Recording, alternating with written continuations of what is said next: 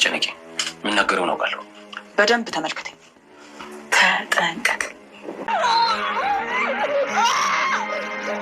ሚራ በሮቤል ላይ ያደረገችውን ወይም የወጋችውን አደንዛዥ መርፌ እሷ እንዳደረገችው ለአድናን እንዳትናገርበት በቪዲዮ ማስረጃ በመያዝ አስፈራራችው።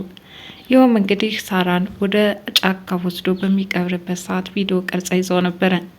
እናም እኔ ያደረግኩህን በግልጽ የምትናገር ከሆነ ቪዲዮውን በትነዋለሁኝ፣ ወንጀለኛ ሆነ እስር ቤት ገብተህ ትበሰብሳታለህ አለችው። ይሄ ነገር ሮቤልን አስፈራው፣ ሀሳቡንም እንዲቀይር አደረገው። እውነታውን መሸሽና መራቅ እንዳለበትም ሁኔታዎች አስገደዱት። እስከ መጨረሻም ሉህና አደንዛዥ መርፌ እንደወጋቸው አድርጎ ለአድናን ነገረው። አድናን ምንም እንኳን ለሮቤል ባያምንለትም ሉህናን ግን ተጠራጠራት። ሮቤልን ለመጉዳት ምን ዙሪያ ጥምጥም አስኬደች ሲልም ወቅሳት።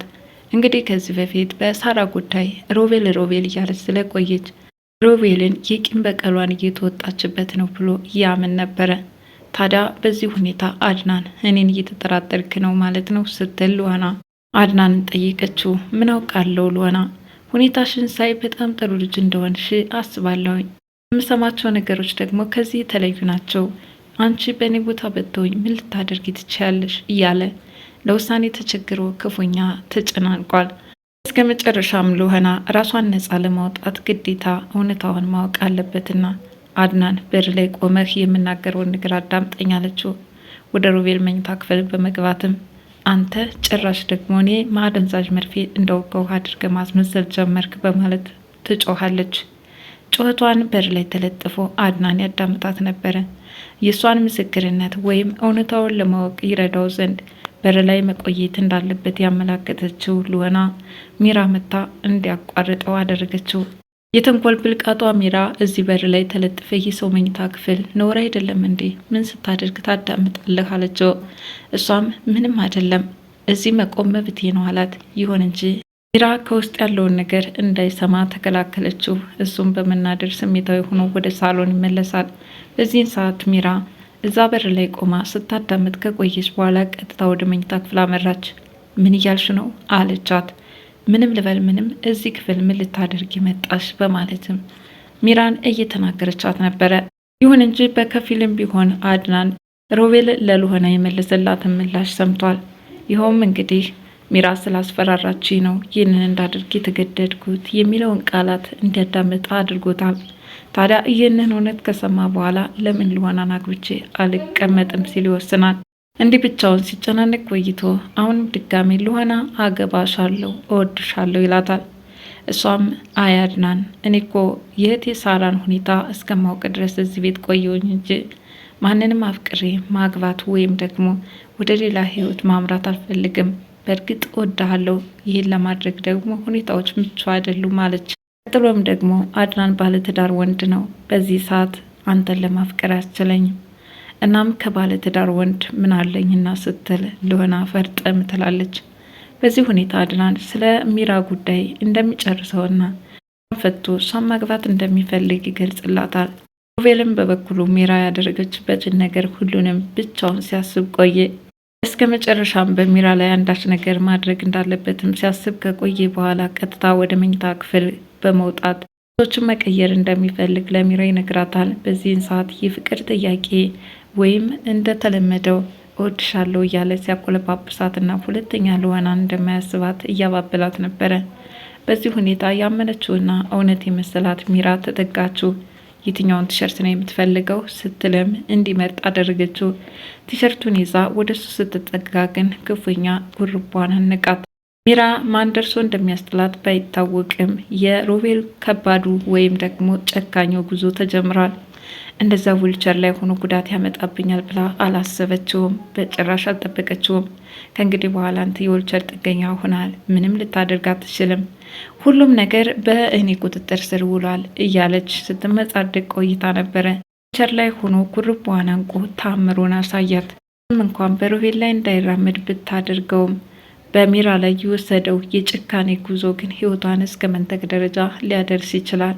ውድ የሉህና ድራማ ተከታታዮች እንደምናላችሁ። በዚህ ድራማ ክፍል እጅግ ደሳስ የሚሉ ነገሮች አሉ። ግፍ የተሰራበትና አሳዛኝ ነገር የተፈጸመበት ግለሰብ እሶ ሲከፈለውና እነዚህ ግፍ ፈጻሚዎች ደግሞ እጃቸውን ሲያገኙ እንመለከታለን። ብቻ ክፉ ስራ ክፉ ነው፣ ሁሉም የእጁ ቅርብ ነው ይባላል። ዛሬ ሮቤል በወንድሙ በአድናን ላይ ያደረገው ተንኮል እጅግ ዋጋ ሲያስከፍለው፣ ዛሬ ደግሞ ሚራ እንዲሁ አደንዛዥ መርፌ በመውጋት ሮቤልን እንዳይራመድ ክፋት እጅግ የረቀቀ ቢሆንም በእሷ ላይ የወሰደው እርምጃ በጣም አሳዛኝና መራር የሆነ ነበረ። ለማንኛውም የሚራ ህይወት በቀጣዩ ክፍል በሰላም እናገኛታለን ወይስ አድናን ወይ ሉሀና?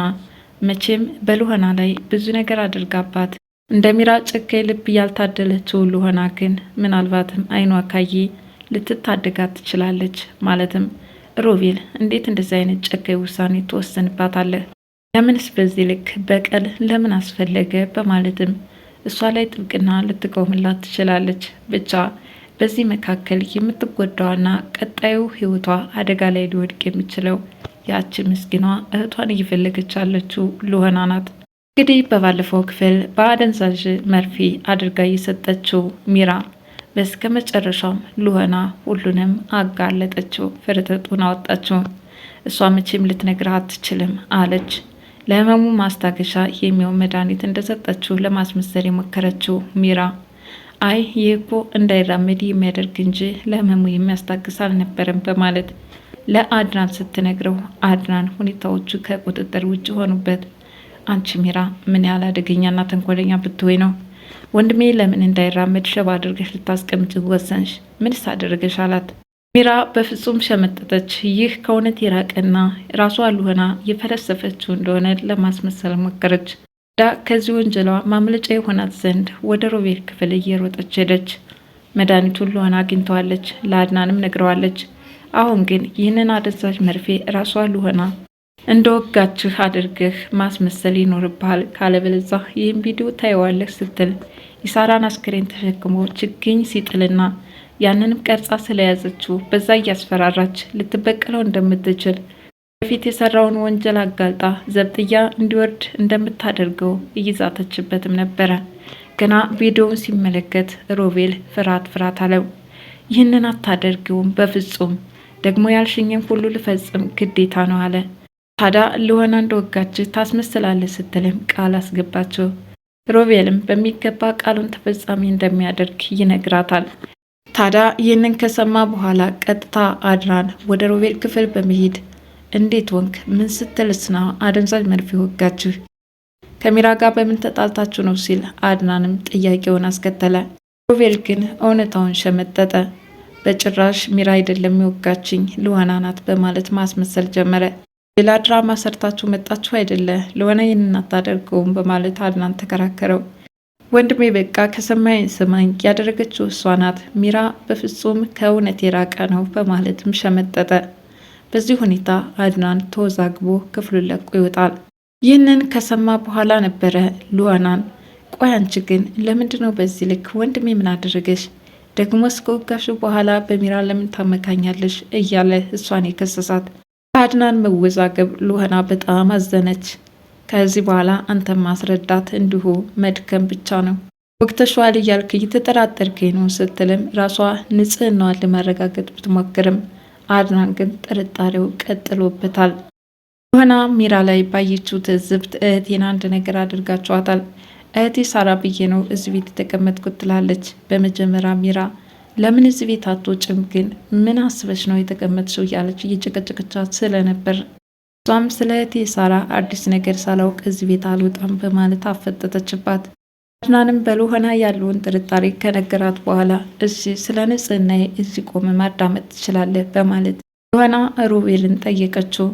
እሱም እንግዲህ አንተ ግን ለምንድን ነው እኔ ጉዳዩን እንዳደረግኩት አድርገህ ስታስመስል የነበረው?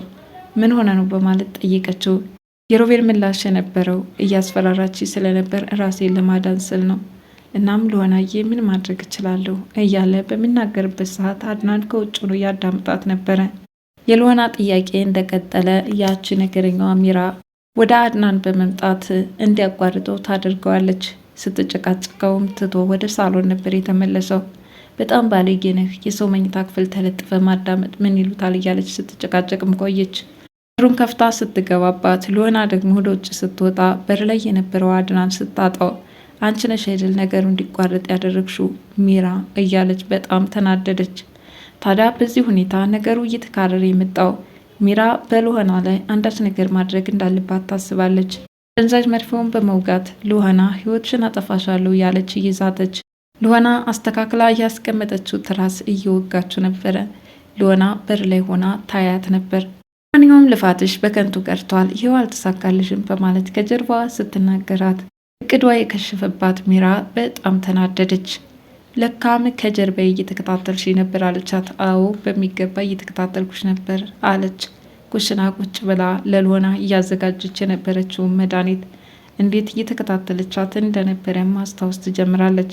አይሽ አይደል ይህንን ስትነግራት በጣም አንቺ የተረገምሽ ነሽ፣ እንዴ እንደፎከርኩ አይቀርም ህይወትሽን እነጥቀዋለሁ እያለች ዛተችባት። ለዛሬው እቅድሽ አልተሳካልሽም በማለት ሉና መለሰችላት። በዚህ ሁኔታ ነገሩ እየተካረረ መጥቷል። ሌላኛው አድናን ሉናን ለማግባት የመጨረሻ ውሳኔ ላይ ደርሷል። ይሁን እንጂ ለሉና ይህን ጥያቄ ሲያቀርብላት አንተ ባለትዳር ሰው እስከሆንክ ድረስ አላገባም ብለዋለች። እህቷን ፍለጋ በመጣችበት አጋጣሚ ስለሆነ አሁንም እህቷን ብታገኝ ተመልሳ እንደምትሄድም ተናግራለች። አትውጂኝም እንዴ ሲል ጥያቄውን አስከትሏል። እሷም እወድሃለሁ ግን ምንም ማድረግ አልችልም አለችው። ብቻ በዚህ ሁኔታ ነገሮች እየተወሳሰቡ ቀጥለዋል። ሮቤልም ሚራን በመሸወድ በስከ መጨረሻም በገመድ ጉርቧን አንቆ እያስለፈለፋት ነው። የሚራን ህይወት ማን ደርሶ ሊታደገው ይችል ይሆን? በቀጣዩ ክፍል ይዤላችሁ የሚቀርብ ይሆናል። ለዛሬ ያቀርብኩላችሁን ይመስላል። ለዚህ ቻናል አዲስ የሆናችሁ ሰብስክራይብ እያላችሁ ቤተሰብ ሆኑ። አመሰግናለሁ።